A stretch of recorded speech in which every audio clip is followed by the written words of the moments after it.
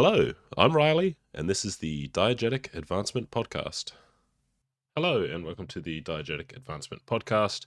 My name's Riley, and this week is going to be a short one. I'm going away this weekend for my father's 60th with my family, which has only given me a couple of days to get this episode put together. So I'm not gaming this week, so there's no updates there, although I'm hoping to get some prep done this weekend because I will be coming back Monday night and I have a game Tuesday, so I will need to make sure I'm prepped for that. Also, instead of recording this, I've been busy trying to get my dad's birthday present put together, configuring and building a Raspberry Pi RetroPie arcade machine, which has been fun, but trying to get SD cards to read on my computer and various other computers has been a relative nightmare. So it took me a lot longer than I thought it would have. But as of recording and mere hours before I have to leave, it is up and running. So that is the good news, and hopefully my dad enjoys that as a gift, and maybe we get some games in of a Galaga or something like that this weekend. Okay, so let's talk a little bit of gaming stuff, and then I'm going to get out of here. Last weekend, I attended a Bolt Action tournament. Bolt Action is a World War II miniatures skirmish game by Warlord Games. It was pretty cool. It's a wargaming club. Lots of guys getting together and playing the game. Some great terrain and boards set up, and everyone was very friendly. So I might be throwing my hat in the ring for some of that in the future. But the interesting thing about Bolt Action is the initiative system. And so how that works is for each unit that you have, you throw a dice in a bag, and you pull during a turn. You pull or a round, you pull a dice out of the bag, and whoever's dice it is gets to make an action. Assign that dice to a unit, give them an order. Now, I'm not very familiar with the rules, so forgive me if I get that or anything else I talk about wrong. But it's a very interesting initiative system. It gives you, probably on average, each player is kind of taking one turn. Player A activates a unit, then player B activates a unit, then A, then B, A, then B. But in practice, obviously, that's going to be a lot more random. So you're going to have things where player A might draw 2 or 3 dice in a row, or they might have their turn skipped a few times in a row, which kind of models the push and pull of morale and the surges of where an army really just gets a good advance on. It's adds some chaos to the thing. But it reminded me of the initiative system from Troika. Now, I don't really like the initiative system from Troika, and how that works is you add a bunch of tokens to a bag and you pull those out and then someone gets to take their turn, depending on whose token it is. The issue is that the enemy just throws in tokens for all the enemies, whereas the players actually have individual tokens. And so in a case where you have a boss monster and some minions, there's nothing stopping you from the rules other than it tells you please don't do this, which is not a terribly great design.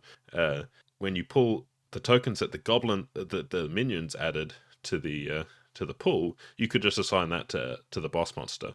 So I kind of do like that ebb and flow of the battle. So I do wonder if you could make something like that, but kind of assign a cap to the number of actions you can actually give a creature. And if we look at like OD&D chainmail, you can kind of just use the hit dice. A fighter is fighting as a level 4 fighter is fighting as 4 men. So perhaps they add 4 dice to the bag, and they can pull those dice and assign those 4 actions, but no more. And the same with the monsters. Obviously, a level 4 cleric or thief or wizard is going to add less than 4 dice because they don't fight as 4 men.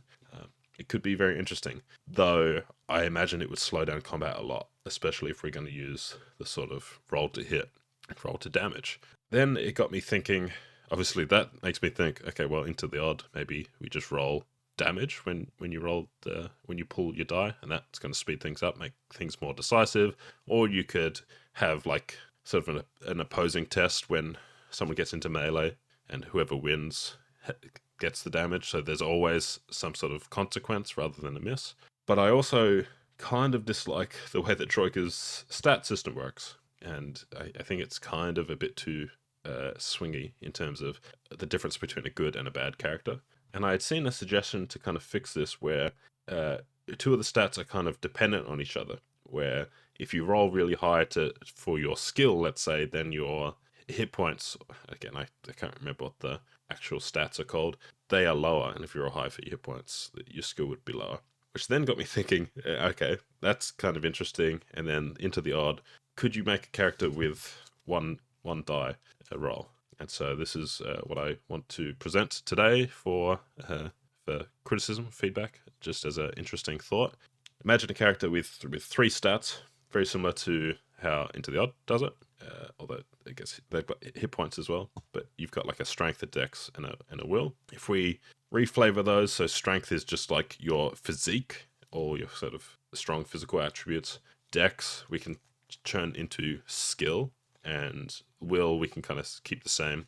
And obviously physique is sort of your fighter stat, your skill is sort of your thief stat, and the will is your cleric / magic user, which I would probably combine. So how does this one dice system work? Okay, so you're going to roll a d6. Your physique is whatever you roll on that d6. Your willpower is 7, take that d6. And then your skill is your physique times by your will. Let me give you some examples. Say I roll a 6. Okay, my physique is 6. My will is 7, take 1. 7 take 6, which is 1. And then my skill is 6 times 1, 6. If I rolled a 1, my physique would be 1. My will would be 6. And I would get also a 6 skill.